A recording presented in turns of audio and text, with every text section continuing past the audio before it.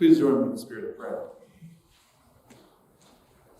May the words of my mouth and the meditations of all of our hearts be acceptable to you, our rock and our redeemer. Amen. So when I hear this parable in this scripture, my first response is, wait, what? What was that all about? Part of the confusion is the word mammon, which is maybe familiar to those of you from the King James version of the Bible. But in the more modern versions, it says money, wealth. And if you look up mammon, this kind of weird word, it's all about the pull. It's almost personifying wealth. The pull that money can have on us to make us do some nefarious things in the pursuit of more money. So it is not just money and wealth. It is the power that our unhealthy relationship with money can have. So if you are asking yourselves, what the heck was that all about? After hearing or reading this parable from Luke 16, sometimes called the parable of the dishonest manager, you are not alone. This is honestly one of the most confusing of all of Jesus' parables in the Bible. And it has confused and confounded preachers and biblical scholars for years. And Jesus gives this unusual parable as a way to teach about one of his favorite topics, money. More specifically, however, the unequal distribution of money and our relationship to money and wealth. Now, many pastors often say, especially during stewardship season, that Jesus talked about money more than anything else. And that's actually not quite true. It's an exaggeration, but it is based in the truth. Jesus talked about money an awful lot. He talked about all different kinds of ways people get wealth and the tax collectors, and he talked about so many things around money. It's true, he did talk about the kingdom of heaven a little bit more than that, however. But it is one of the most important things to Jesus according to our scriptures. He did talk about money in 11 of his 37 or 39, depending on how you count, parables. So 11 of the parables talk about money. And this one is definitely one of, if not the most confusing parables in the Bible. Now this parable, the dishonest manager, is only found in the Gospel of Luke. Luke's Gospel is the only place this is in our scriptures. And it is part of what is often called the journey discourse in Luke's Gospel. A full 10 chapters of the Gospel of Luke, chapters 9 to 19, are dedicated to his journey from Galilee to Jerusalem.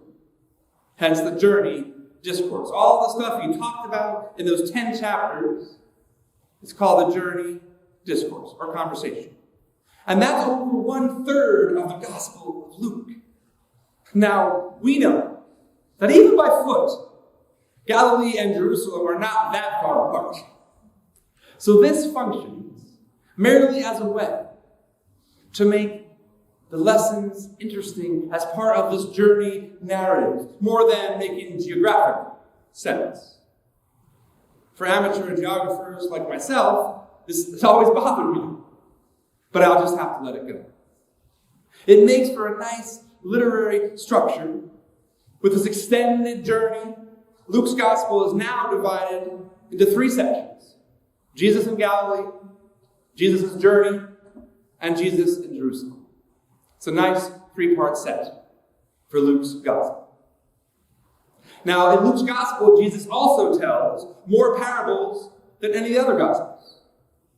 He tells 24 parables in Luke, and 20 of them on this journey discourse. So he's in the middle of teaching them so much information, probably with this confusing passage, they might have just had it up to here and maybe didn't get it.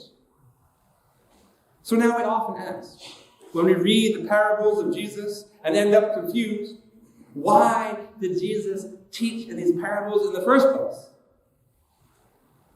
Now, there's many reasons that Jesus chose to teach in parables. The first is that the parables were a lovely story, and stories get people's attention. A good story always perks the interest of the listeners. The second is that these parables related to his audience. They understood the objects and situations of the story, and therefore were more able to relate to Jesus' message and the spiritual lessons he was imparting. And this, of course, is where we get into trouble. Because these stories made sense to his people, poor and illiterate farmers, fishermen, pastoralists, agriculturists from the hinterlands of Israel, who lived in a very different society 2,000 years ago than we do today. They had totally different understandings of family, hospitality, money, generosity, and property. Just about everything was different in their context. So while these stories made perfect sense to his audience, they have been confounding Christians for centuries since we live in a very, very different world. So it's always important to understand the context of Jesus' world when trying to understand the lessons of his parables. And the third reason that Jesus was teaching in parables is that he wanted to conceal some of the wisdom in his parables. We remember that Jesus had two very different audiences. Those who wanted to know the truth, who were striving to be his followers, who were trying to figure out what he was talking about, and those who wanted to catch Jesus in an aha moment. The Pharisees, the rulers of the day, the Roman authorities, the collaborators, they were always there listening, trying to catch Jesus saying something contrary to their written law. Those who were truly seeking the truth, who were honestly there to learn from Jesus, would study and ponder the parables to find the wisdom in them. The parables were intended to hide some things from the authorities and be there for his audience. Jesus wanted us to figure things out for ourselves. He wanted his followers, all of us, to use our brains and to think about what he said deeply. He never wanted his followers to follow him blindly like lemmings. He was not a fan of easy faith, bumper sticker slogans, and simple theology. Jesus wants us to work for him. He wants us to spend time with his words. Jesus wants us to spend time in the Word. He wants us to read the Bible, to meditate on the Bible, to pray on the Bible, to discern what those words mean for us. I firmly believe that Jesus wants us to understand that God is still speaking, which is why I love this tagline from the UCC denomination. God is still speaking to us today through the words of Jesus that he uttered 2,000 years ago. And it is up to us to take those words seriously and consider what they mean for our lives in a very different context than the one in which they were said. So what do these odd words in Luke's gospel mean for us today? Does this scripture condemn wealth? No, I do not believe it does. Does this scripture condemn business, success, and material possessions? No, I do not believe it does. Does the scripture condone dishonesty and unscrupulous business practices? After all, the dishonest manager is commended by the master for reducing the debts of the clients and reducing the money that is owed to the master. Seems like he is praised for foolish business practices. But to all of this, I still say no. Instead of all of that, which seems on the surface to be what this parable is about, I believe that this parable is all about relationships. This parable is about the importance of our relationships to one another, to the community, with God, and yes, with money. The manager realizes that he has made the money for his master in dishonest ways. He has put making money and making profit and getting more the only thing that matters to him. And soon he's going to be unemployed because of his practices. He is soon going to be unemployed and unemployable. And very soon he needs to figure out what to do. So he creates some goodwill within his community, cutting a break for the people that owe debts to the master. He fosters goodwill. He starts to build relationships over profit. That's what this is about. That's why he is commended. He starts to build relationships over profit. He realizes that simply pursuing more money and more money is not an end in itself.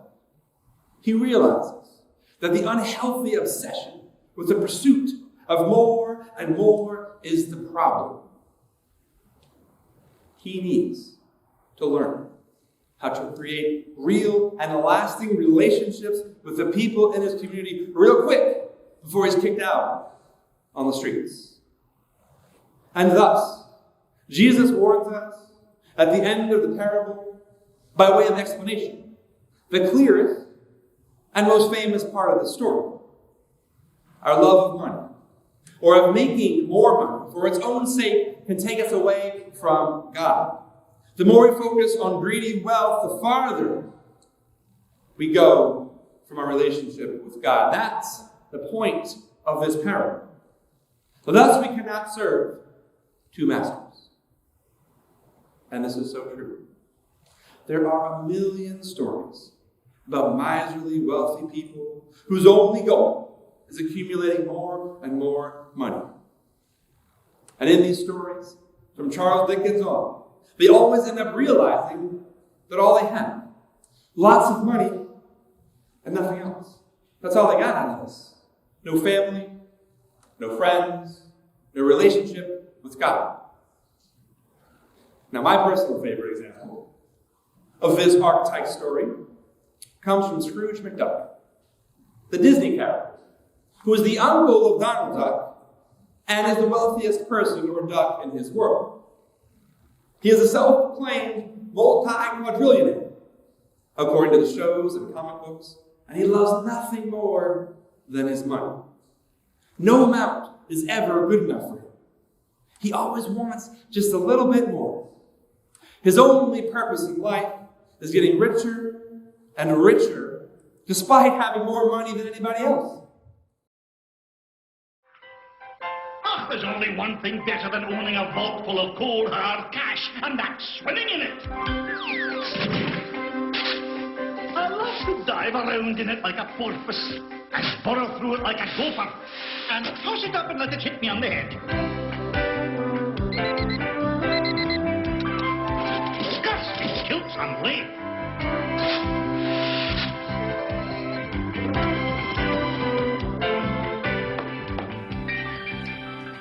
And the version I am most familiar with from my childhood was the 1980s cartoon series DuckTales. In this show that I watched every afternoon after coming home from school, Donald Duck gets enlisted to the Navy, and his Uncle Scrooge has to adopt Huey, Dewey, and Louie, his three boys. So they go to live with Scrooge and have all kinds of adventures, mostly hunting treasure, so Uncle Scrooge can have even more money. The image that always stuck out for me, and it came to me over and over again as I was reading the scripture, was the giant money pit, the money bin, the money tower that Uncle Scrooge had that dominated the skyline of his town. This giant tower was filled with coins, emeralds, rubies, gems, and more money than you could ever imagine. And of course, Uncle Scrooge's favorite activity, if you remember the show, is to go swimming in that money. Think about that. What does that say? His favorite thing, the thing that gives him the most pleasure, is to jump into a pile of gold coins and swim around in it, just reveling in his own wealth for wealth's sake. This is a perfect illustration of today's scripture. Uncle Scrooge, yes, named after Scrooge in the Christmas Carol, his whole relationship with money is the problem. He is obsessed with his wealth and takes it to a comical extreme by swimming in his gold coins. But it makes a point, doesn't it? It drives the point home from today's parable. Now, as I said, this parable is not a diatribe against wealth. It is not a condemnation of wealthy people or those who have achieved money and success and business acumen in this world. Jesus is most concerned with the relationship that wealthy people, middle-class people, less wealthy people, and the rest of us have with our money. No matter how much we have. Now, a great illustration of this point just showed up in the news this past week. I don't know if you've heard about it, but the founder of the clothing company Patagonia, Yvon Chouinard, just gave away his billions of dollars to fight climate change and protect wilderness. Rather than sell the company, valued at $3 billion, or take it public to make more money, Mr. Chouinard and his wife and their 2 adult children have transferred their entire ownership of Patagonia to a specially designated trust and nonprofit. The trust and nonprofit were created specifically to preserve not only the independence of the company, but to combat climate change and protect wilderness. This is quite a remarkable feat, a remarkable move, an unprecedented moment for a billionaire. He's not trying to go to space. And he made a splash in the headlines this past week. Now, I don't know anything about the Chouinard family, their faith, their motivations, or their relationship with God. I'm not preaching about that and holding them up as an example of faith. I'm not sure. But I can say, by this action, by what they did with their wealth, by their relationship with their enormous amount of money, they are now giving it away for the betterment of humanity, and that is what Jesus is talking about in today's scripture.